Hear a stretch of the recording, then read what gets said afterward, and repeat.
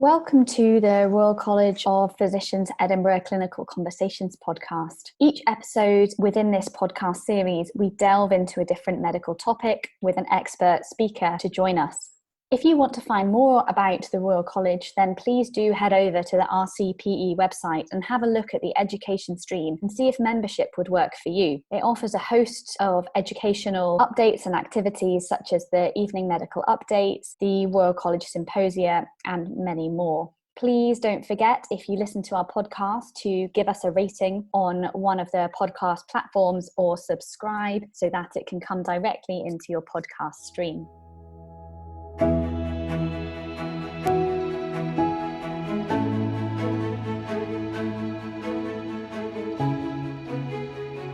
Hello everyone, and welcome to this episode of the Royal College of Physicians of Edinburgh Clinical Conversation podcast. My name is Dr Jonathan Bardgett, and I'm a T&MC member, and I'm delighted to be joined by Dr Zoë Fritz, who's an acute internal medicine consultant in Cambridge. Hi, I am a consultant in acute medicine, and I'm also an ethicist, so I'm a Wellcome Fellow in Society and Ethics here at the University of Cambridge. It's fabulous that we can chat to you today about what I hope is, certainly I'm aware, is one of the most important things that we could talk about, and we haven't talked about it thus far in the podcast series. And really what we're talking about is the respect form, treatment escalation planning, anticipatory care planning. Can you tell the listeners a little about what your experience of these things are during your career? And then we'll lead into the rest of the show. I might give a bit of context because luckily DNA CPRs are becoming a thing of the past. So DNA CPRs are a form that document a recommendation not to attempt CPR. You all know that already. But what you might not realize, although some of you might have thought it, is that they can have unintended effects. So putting a red form on the front of someone's note saying don't do something can unintentionally influence both nurses and doctors to not doing other things that might be in that patient's benefit. So there's a whole lot of research to suggest that if you have a DNA CPR, you're less likely, for example, to get simple things like if you have heart failure and you have a DNA CPR, you're less likely to be started on an ACE inhibitor, less likely to be anticoagulated if you have AF, less likely even to get an echo than if you don't have a DNA CPR when you're matched with all kinds of comorbidities. And obviously, a DNA CPR shouldn't mean you don't get those simple treatments. It shouldn't even mean you don't get considered for ICU. You have to separate out whether someone would benefit from attempted resuscitation and whether someone would benefit from organ support. So this idea that instead we needed to kind of flip it and talk about what treatments should be given, what are the overall goals of care that we're trying to get to, is certainly where I was coming from in thinking about respect. And before that, another kind of treatment escalation suggestion. I think you asked, what's the role of these anticipatory care plans? And in my view, they're very much to ensure that you, the clinician, establishes a shared understanding with the patient about what the patient values, what the current situation is for the patient, and then what clinical recommendations will get the patient to the goals that they value. So it's a positive discussion about where are we at, what do we want to achieve, how are we going to achieve it, instead of let's not do something.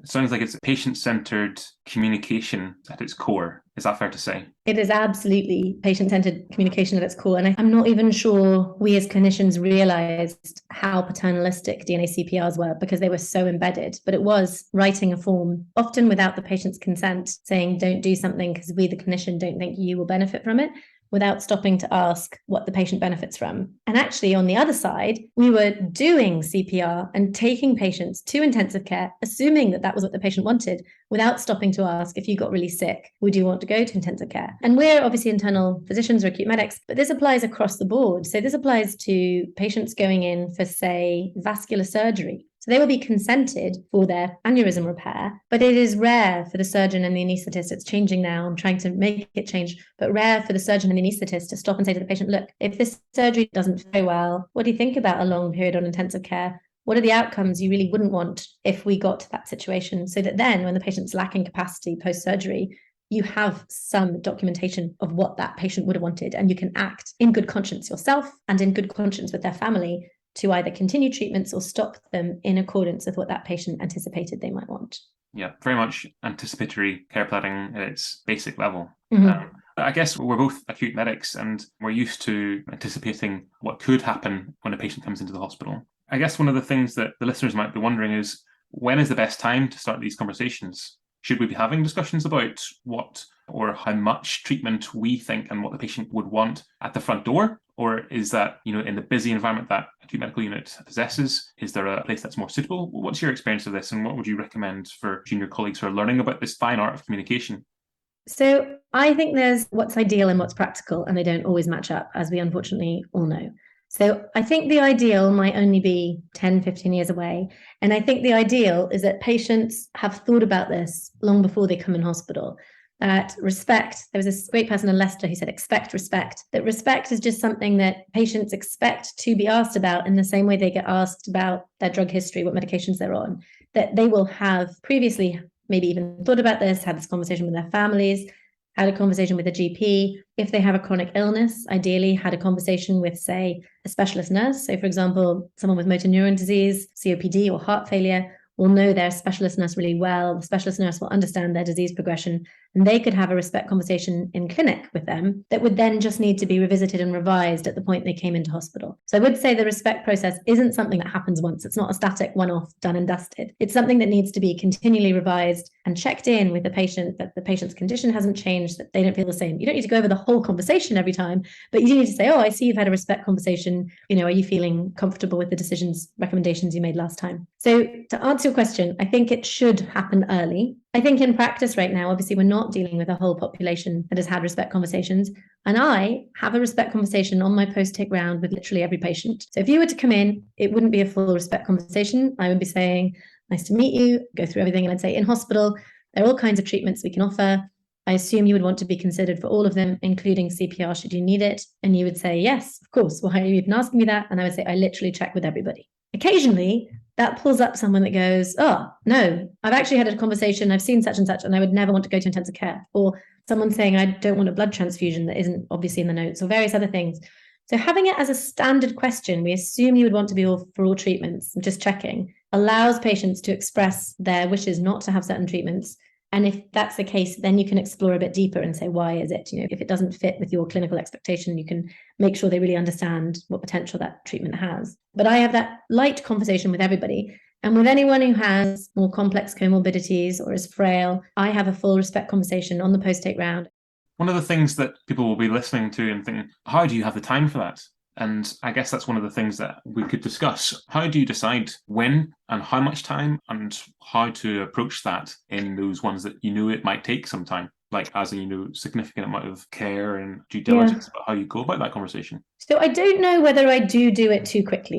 You would have to ask the patients that I have it with. But I think doctors are more scared of these conversations than patients are on the whole. And if you have had a conversation about, as you should have done by this point anyway, the patient's diagnosis and their plans. So let's imagine this person's come in with some heart failure and you've put them on some furosemide and perhaps they've got a coexisting infection, you've given them some antibiotics and you've explained all that. Then you say, okay, so obviously, as we've said, we're going to do everything we can to get you better in hospital, giving you furosemide, we're giving you antibiotics. There are all kinds of treatments we can offer. And in order for me to make sure we're giving you ones that you would benefit from, I always stop at this point and ask patients if there are any health outcomes that they value and any health outcomes that they fear. And quite often they have no idea what you're saying and they go, what do you mean? And then you say, well, some treatments can result in patients, for example, if you take someone to intensive care and you put them on a ventilator, if your lungs were to get much worse, they can end up in quite a dependent state. And some people say, I wouldn't want to be in a dependent state. And other people say, I wouldn't want CPR. So you offer the language of things that other people have said to you. And you say, and other people say, actually, I'm very happy with my quality of life. So long as you can keep me going at this rate, throw everything at me. The risk of doing that, obviously, is you're giving people options that they might then just echo back what you've said. But in general, that allows people to go, oh, I know what you mean. This is something I wouldn't want. Or they might say, I need more time to think about it. And that's fine, because as I say, it's a conversation you might have to come back to. So I start it with everyone on the post-take round. And if someone says, or is looking hesitant, I say, do you want one of us to come back and talk later? And we can give them some information on respect and then come back. But I think it's critical to have those conversations then, at the moment of meeting someone. And I think it's critical for a few reasons. One, to just make it routine and get rid of the stigma. And two, because if you don't have it then the only other time you're going to have it is if they get really sick and you suddenly need to have it. And that's not a good time to have that conversation. Or the third thing is you don't have it at all. The patient loses capacity, and then you're having to have a conversation with their relatives and asking them what they thought that person would want. So I am a strong advocate for making this absolutely routine on admission. but in an ideal world, earlier. So I think everyone should be having them in care homes. I think all patients with chronic illnesses should be having them with their specialist. And I hope in the future, all kinds of people bring it to their GPs. I think it's clear that you've got a lot of experience in this, Dr. Fritz, and a lot of the work that you've done in your career has supported this. I'm keen to discuss the tools that we can give trainees to approach this, because it's something that I guess you learn through observation. You learn how to approach these through training in medical school or teaching in the training programs that you are, but you might get a rare chance to observe a senior trainee or a consultant give this conversation. But it's not the kind of conversations that you often see, learning from your peers, an experiential learning kind of process. Are there any tools such as the Red Map framework that exist? Is that something that you're familiar with? And if so, can we talk about that? So I really like the Red Map framework. I'm not that, when I say I'm familiar with it, I know the acronym. And I think I probably do use it. I think it's a really helpful thing. I think it dovetails with respect and with other kinds of anticipatory care planning. So for anyone who doesn't know it, it's ready. Can we talk about your health and care? Expect, what do you know or want to tell or ask me? The diagnosis, matters, what is important to you and your family, actions, what we can do, what won't help, and plan. And that fits exactly onto the respect. So starting off, I think a good conversation is to start off establishing a shared understanding of the patient's diagnosis and their setup. And that's because if there's a misunderstanding, and that I guess is the E and D of Red Map, and that is because if the patient, even if they know that they've got heart failure, but they don't understand that they're never going to get better from the heart failure, or they don't understand that they're likely to die, say, in 6 months if they've had several admissions of their heart failure, then it's impossible to go ahead and have that conversation about CPR because you're talking from a point of completely different expectations. You need to make sure they understand their diagnosis and their prognosis. And the other way around, as a doctor, we need to make sure we're not making assumptions about their quality of life. So I had a patient with MS that I always talk about, who just really took me by surprise because they looked frail and they were bedbound and they had been for a long time. And when I asked them about their quality of life at this point, I said, so you've got MS, you're bedbound. They said, yes, but I'm very happy.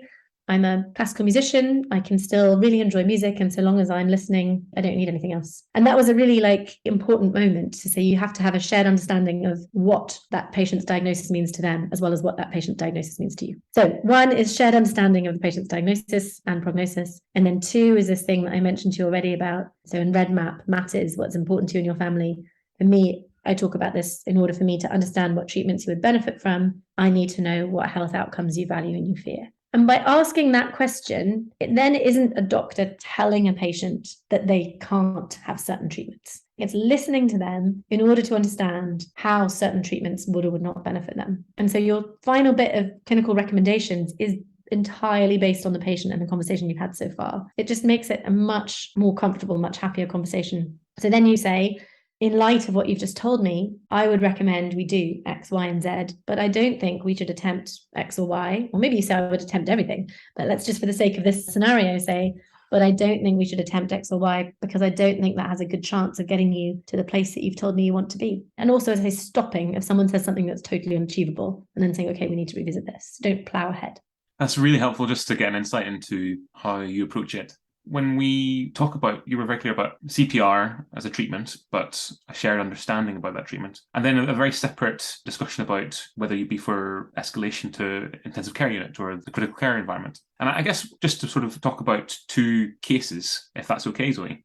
One gentleman who I saw many years ago, who was in his 90s, but got out of the house every day, went to the shops, walked for miles, remarkably fit 90-year-old man who presents with symptoms and good history for an acute pulmonary embolism. Yeah. But noted to have potentially a syncopal episode and cardiovascularly stable on the ward when you're seeing him in the medical assessment unit, but for whatever reason hasn't been able to have CTPA and is awaiting treatment. So it's had treatment dosed dalteparin. Mm-hmm. And I guess approaching that patient, the things you'd be thinking were, well, he hasn't had his CTPA yet, but how far would we want to treat this gentleman? How far do you think we should discuss this with him about what could happen if he had a sudden hypotensive episode? Would he become shocked? Would this gentleman benefit from thrombolysis or even CPR?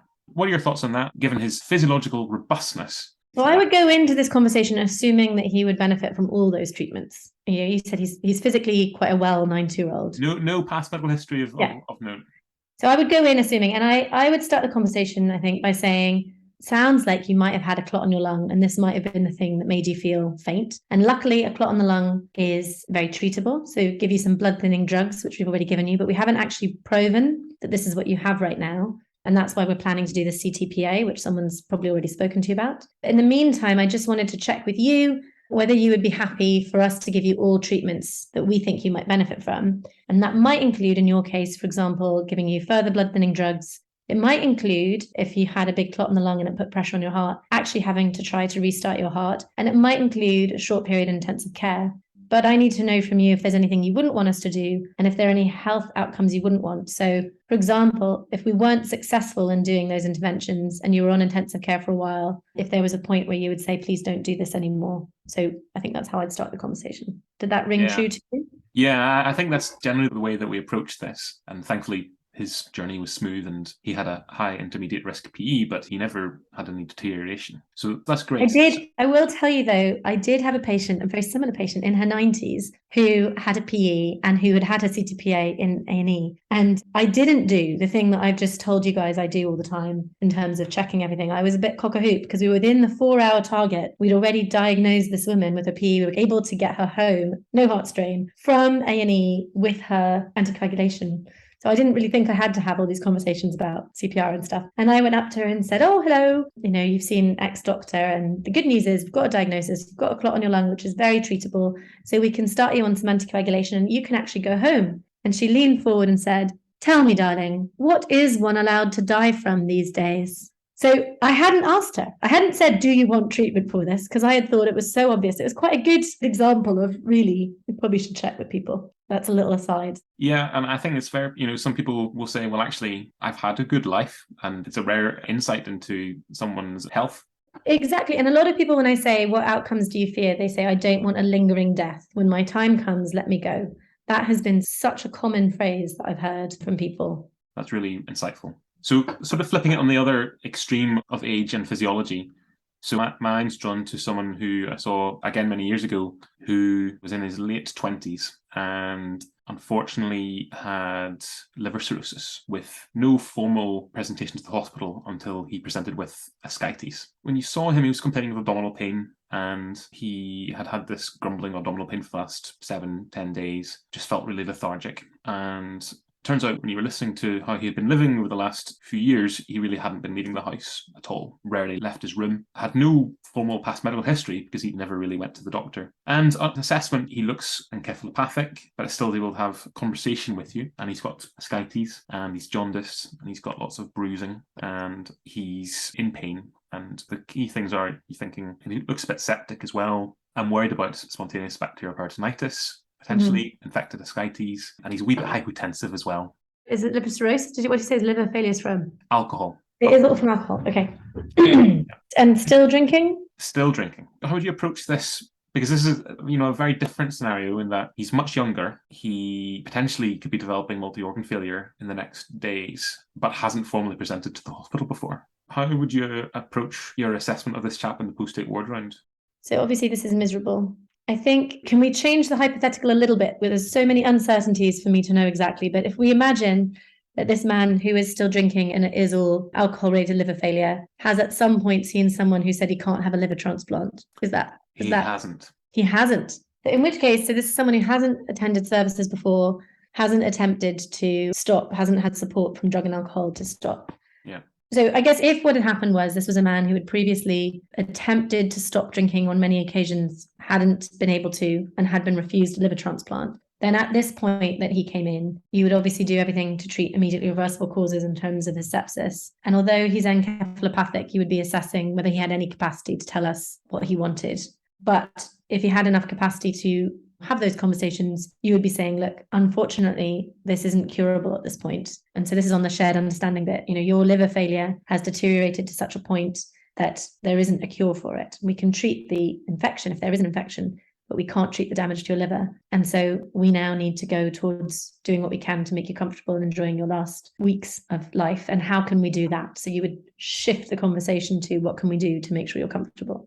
That was in a scenario where he had already been assessed and had already been told that he wasn't eligible for a liver transplant. In your man, where he hadn't, I think I would want to make sure that that was the case first. So I would be speaking to the hepatologists and liver surgeons and saying, I have an acutely sick patient. I need this to be a multidisciplinary decision about what is and isn't possible for this man. And I probably wouldn't go to have the conversation with the patient until I knew what was or wasn't possible, because I wouldn't want to offer him false hope if I was told this wasn't a possibility. Yeah. So I think the key things that we really learned from this patient is that his main concern above all else was his pain. And that's what we focused on whilst treating him for SPP. And the gastroenterology team then took over the gentleman's care. And I guess the key things that struck me were, and we know this, that age doesn't preclude good physiology. And that's something that I guess, or when we're having these discussions with our colleagues about treatment and the respect form that we've been talking about, that's something that we need to bear in mind. And I guess it's complex. And I guess having discussions with our team. So how do you utilize your team in these situations? Is there anybody that you would recommend the team to approach, or anything else from your experience?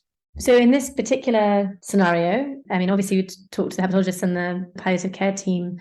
We also have a very good drug and alcohol team at Cambridge, amazing drug and alcohol dependency team, who can really help in terms of the withdrawal that this man also might feel.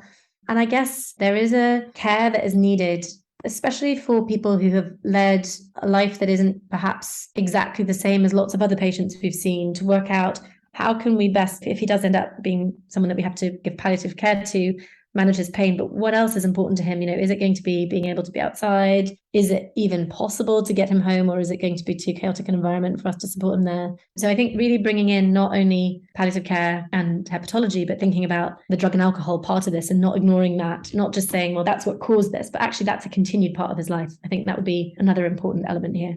That's really, really helpful. You know, I think there are so many different services and support networks that we can offer patients. Yeah. We've talked about so much, we could talk about so much more, but the key things that I'd like to just sort of end on now are your final thoughts on just those take-home points and messages that the trainee coming through internal medicine can take from this and use in their next discussion that they have.